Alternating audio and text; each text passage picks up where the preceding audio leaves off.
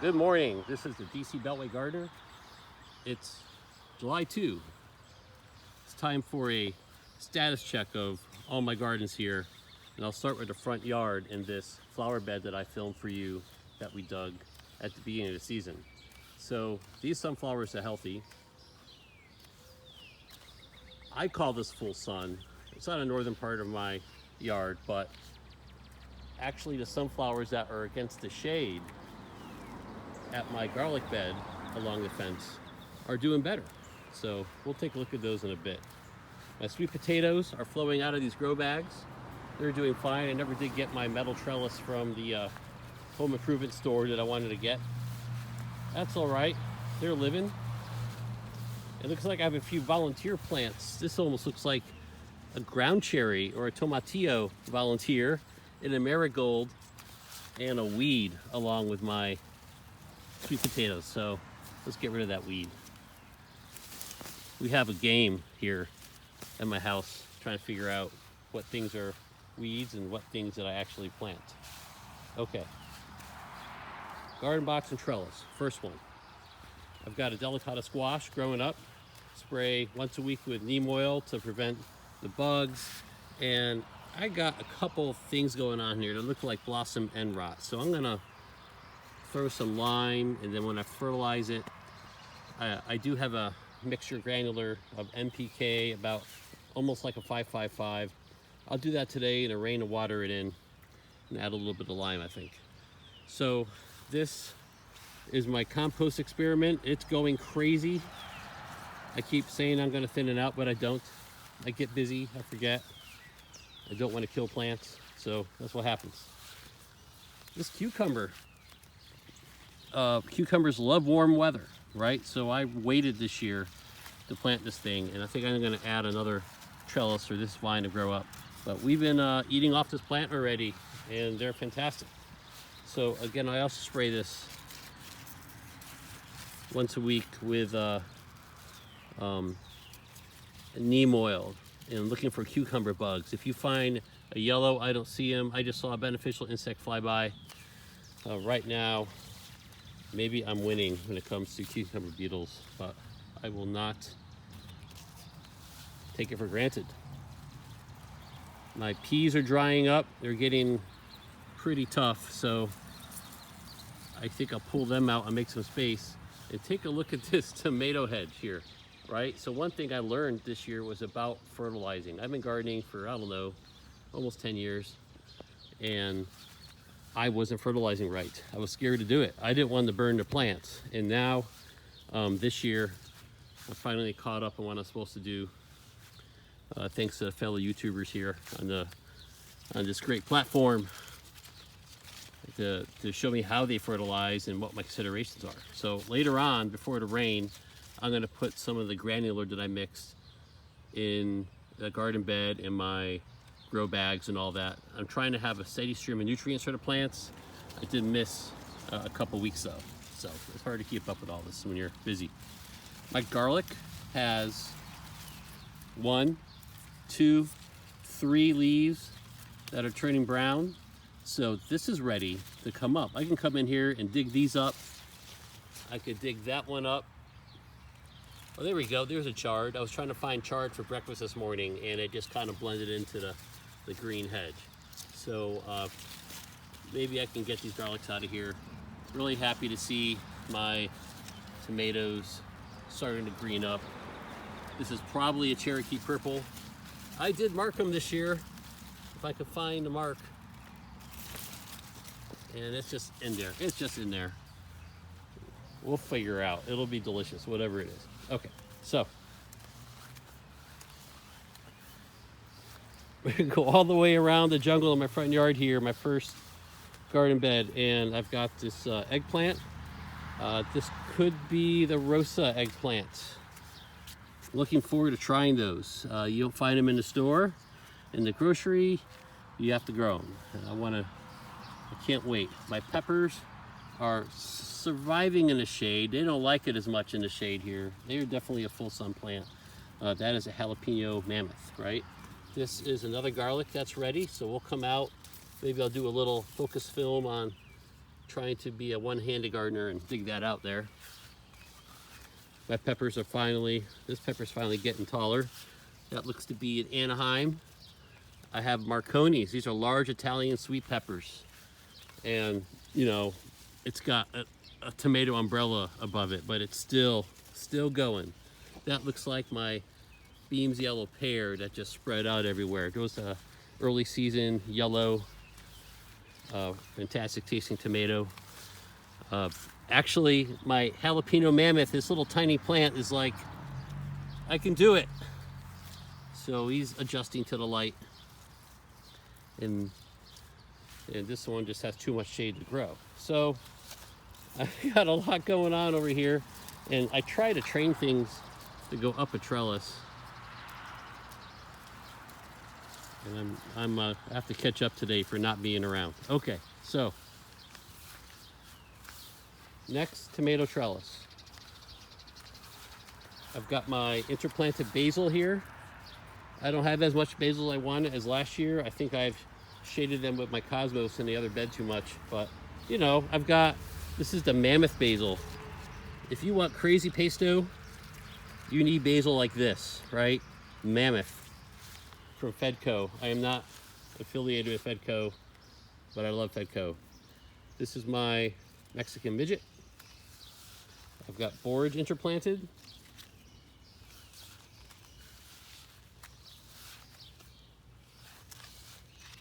Look at these Juliets.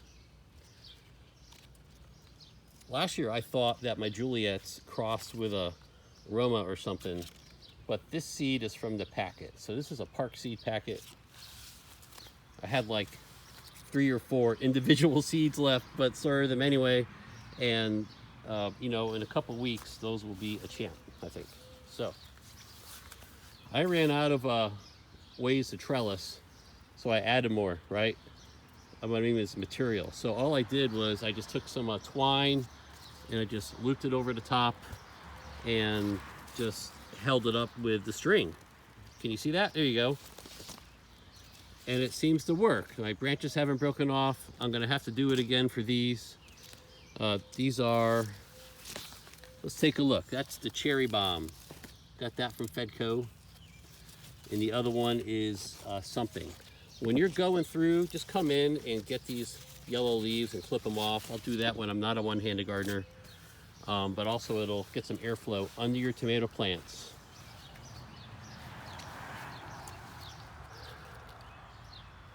Mammoth Basil.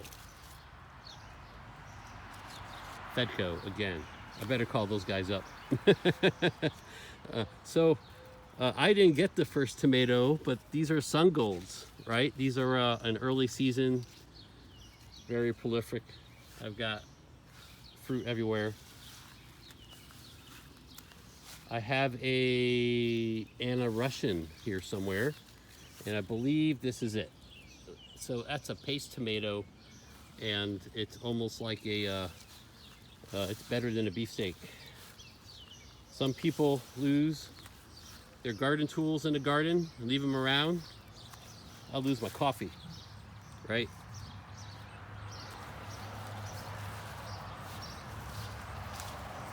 I've recovered my coffee. It's a good morning. Okay. Potato bed and peppers. I've had my drip line going all around to try to make watering a lot easy.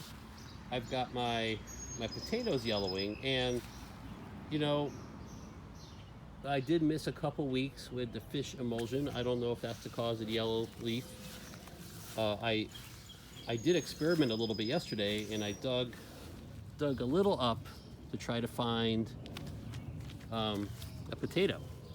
So I got some sprouts, and maybe we'll get lucky if I just scratch the surface here and pull one up. Yep, look, right there. So potatoes forming. You can pull up those tiny ones and go from the ground to hash browns, like right now, if you wanted to. Take a look at my peppers. I've got some cosmos that volunteered in my bags because I reuse my garden soil, my potting soil. They're doing fine in the bags. There's that purple violet I was telling you about last week.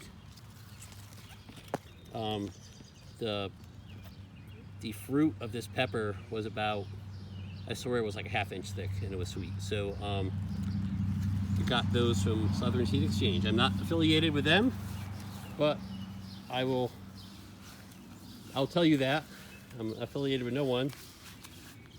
I do like to share what I like to use. Okay, so these are Marconis. I'm gonna have to find a little trellis for these things, but these are fantastic. They're actually working this year. I didn't get any peppers last year, but like I said a few minutes ago, I finally learned to fertilize. So I'll throw granular in here every 2 weeks with the peppers. I also spray with a Epsom salt solution to get the magnesium into them. They all deserve that this week, so we'll do that. These are my Peruvian ahis. You see these numerous little flowers here. It is a lot of yellow tiny peppers that can make that Peruvian ahi sauce. And this is what I'm talking about, that I probably overshaded my basil. So I've got this Cosmo hedge, well, pretty. I want my basil to grow under there, so I should have trimmed this thing here. Here's some more basil right there. So I wanted a whole shelf of basil, and I got a pretty Cosmo bush with some cilantro mixed in, apparently. So it's all right. I have backup basil. I can get it in the ground. More pepper bags. And I do have an occasional beet, right? So let's see how we're doing there with the beets.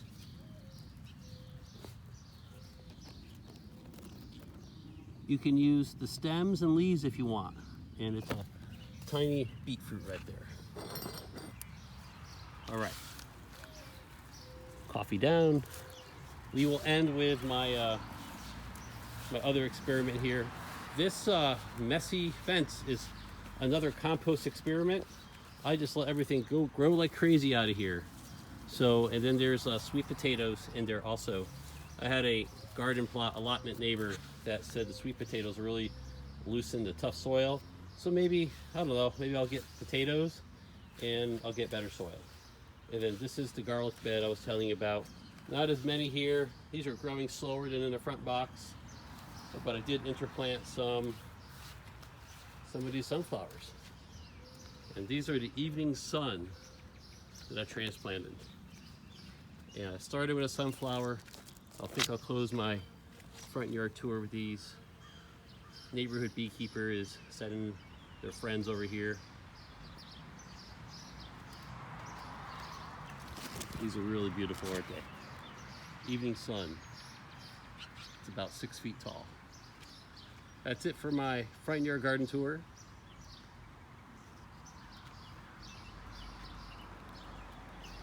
And instead of ending it, I think I'll just go right to the backyard for production. Let's see. If you follow me for a bit, you know I do not like video editing, because whenever I video edit, I'm not gardening. So my high value task is to garden instead of edit. But maybe you get something out of it. So this delicata squash is doing a lot better. I don't see blossom end rot anywhere. I added this metal trellis to give it some, let it do what it's gonna do.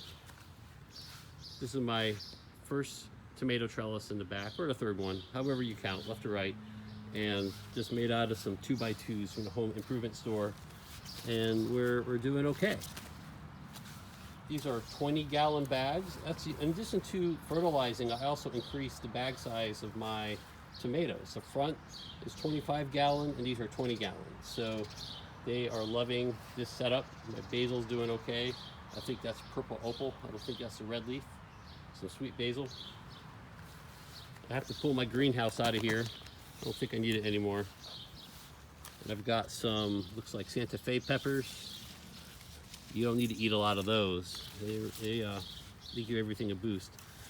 And this potato basket is what I was experimenting yesterday, trying to get a potato out of there. I think there's a couple more small ones. I'm gonna dump it over later. Maybe I'll film that for you. And anything that yellowed like this, I'm gonna dump over to see if if there's potato in there. I'll reuse the soil and make some basil pots out of it. Along the wood trellis, I have a cucumber that I need to train better to go straight up. There's another cucumber over there on the left. Some looks like a Juliet, I think, over there, and some of them are volunteer. I have Shiku eggplant, which is a wonderful Japanese long eggplant with these basils that are going absolutely bonkers. And there is a Rosa in here somewhere. I think that's the Rosa eggplant. My cucamelons, I don't think they're going to grow in the shade, but they are living.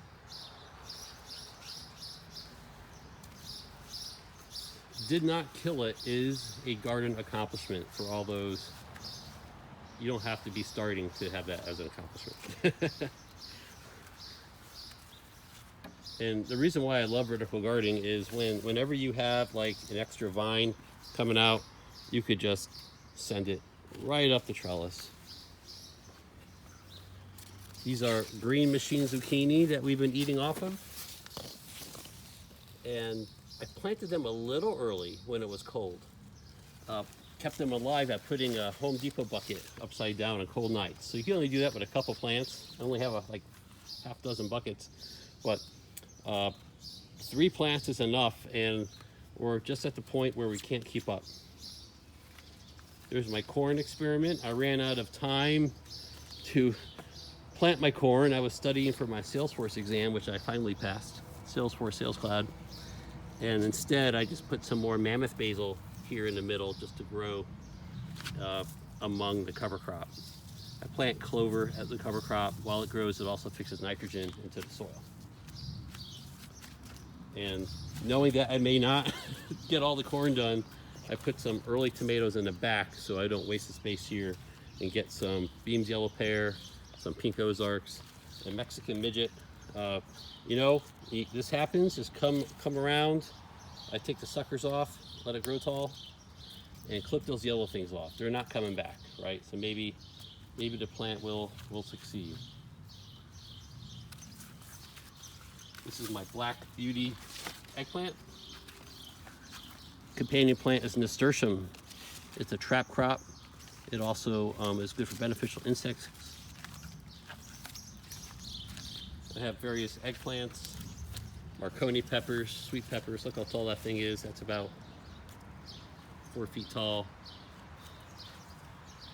And my crazy tomato bed with a couple volunteers. This is my ground cherry that started from seed, and then I do have a volunteer squash just working its way toward the front. So this video just looks like a big bunch of leaves. So I'm going to try to back up and give you the big picture. Please post any questions or comments. Share a link to your own garden. I would love to see it. I love sharing practices.